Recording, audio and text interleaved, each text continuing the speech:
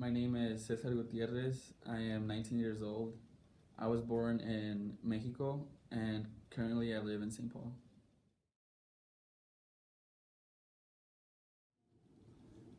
I first came to America when I was 5 years old. I came here from Michoacan, Mexico, and when I came here originally because at first my dad, so he went to college to be a vet, but he couldn't find any jobs. So first he immigrated to the U.S. and he worked in a candy factory.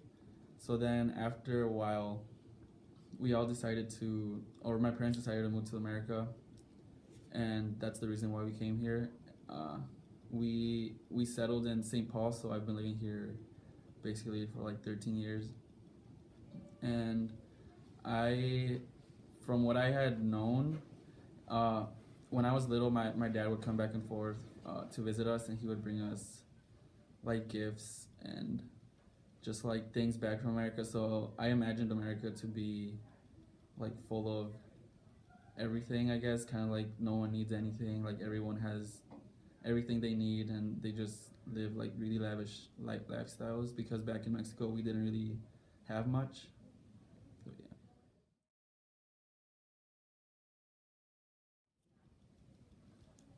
I speak Spanish at home and I have one sibling that was born in America and he's actually the most, we call him the most Mexican out of everyone because he's the one that like prides himself about his culture the most. And the neighborhood that I grew up in was, I'd say it was pretty diverse. There was there was a big African American population and also a big Asian population. So the people that we grew around were, in a sense, really similar to us, which was really good for all of us because it made it easier to adjust. I personally feel like I haven't really had a hard time dealing with my cultural identity just because the place that I grew up with and throughout my whole educational career, I've been surrounded by a pretty diverse population of people.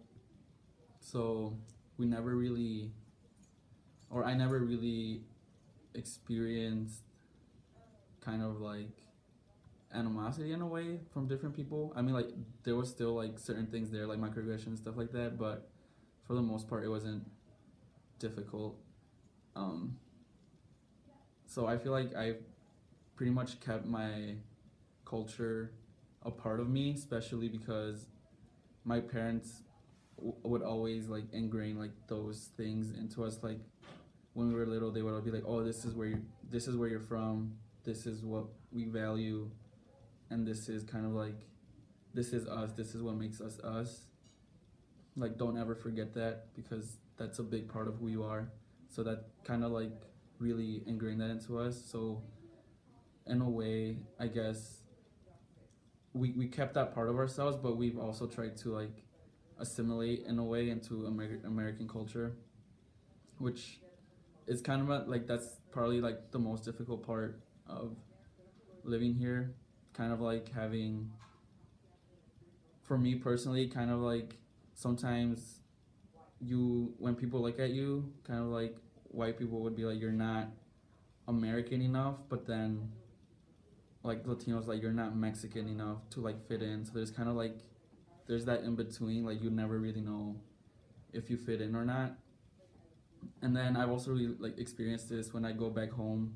Like my friends that I left back at home would be kind of like in a way joking, like joke around about it, but like underneath that, like like that they kind of like means like some of what they say, kind of like you have everything, kind of like you're not like us anymore, like you've changed when in reality you're still like the same person. And there's also been like instances like racism, I guess, like that's been a big part of it too. I remember one story in particular. I was pretty young at the time. I was still like in middle school. I went to like a market, kind of like a store that was really close to our house, and I was just trying to like, I was trying to buy some chips, and it took me a while because I was trying to decide what kind of chips to buy. And then I remember the owner of the store kind of like yelling at me like to buy something already because like I had to leave, which and I really like until now I never really understood their intentions, but now I kind of realize that like they weren't really good intentions. So that's been also a really big part of living here.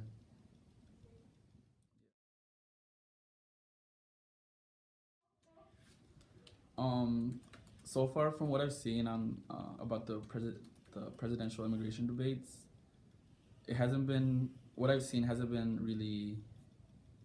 I guess personally, it hasn't really been good. Like the topic or the way that they handle the content of each debate hasn't been really. I would say kind of like it hasn't been professional. Just the way that they carry that the nominees carry themselves. But for the most part, I haven't really gone in depth about all these different immigration stances that each political nominee has. So I would say I wouldn't really be qualified to make a decision based off of what I've heard because I know that what I've usually when I look at it, I know that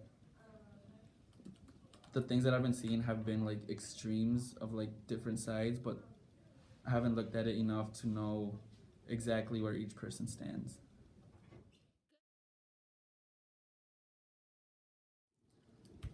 To me, America meant opportunity because, as I've said before, when I first got here, I my preconceived notion of America was that everyone was rich, everyone lived lavish lifestyles, everyone had everything at their feet. But as I've grown older, I've seen like from personal experiences and from just seeing others around me and like family because all my dad's family is here, so I've seen how they've been working and my parents as well. And then when we first got here, I started working when I was in middle school, so I helped my parents out a lot.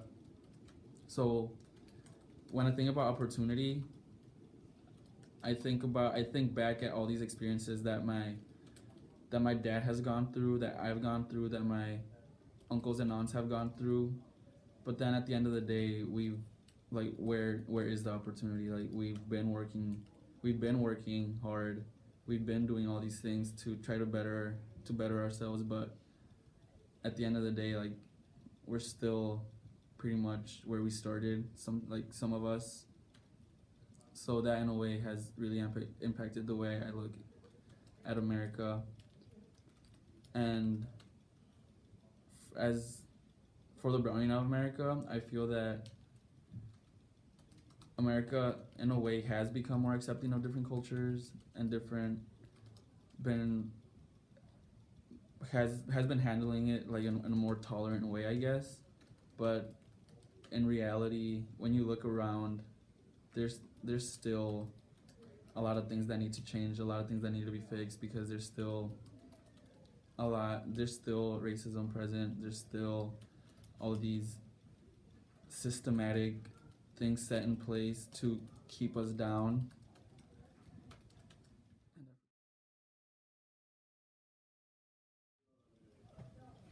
I keep my sense of cultural identity strong here in America by, I would say, staying close to my parents because I feel like they're wise people. So I know that they've had a lot of influence over me and the way that I view myself. Um, Also, I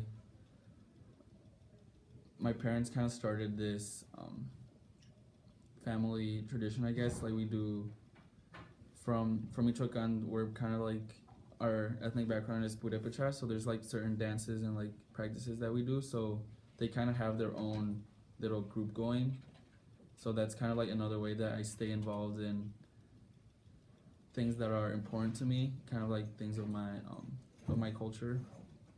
And then also here on campus, I'm involved with La Raza, so I'm treasurer of La Raza, and then we do a lot of events relating to our cultures, which has also been a really big help here, just because it's helped adjust and also just being an immigrant here on campus has been, in a way, really eye-opening. Just kind of like seeing myself from where I started freshman year and where I am now. I've been a lot more involved with kind of like how would I put this? I've been more involved in certain matters, kind of like pushing, like right now, kind of like pushing for undocumented immigrants to be able to have licenses, kind of like just like little things to be able to help families locally and also try to have an impact nationwide. So that's been another way that I've tried to help out my peers and people around me.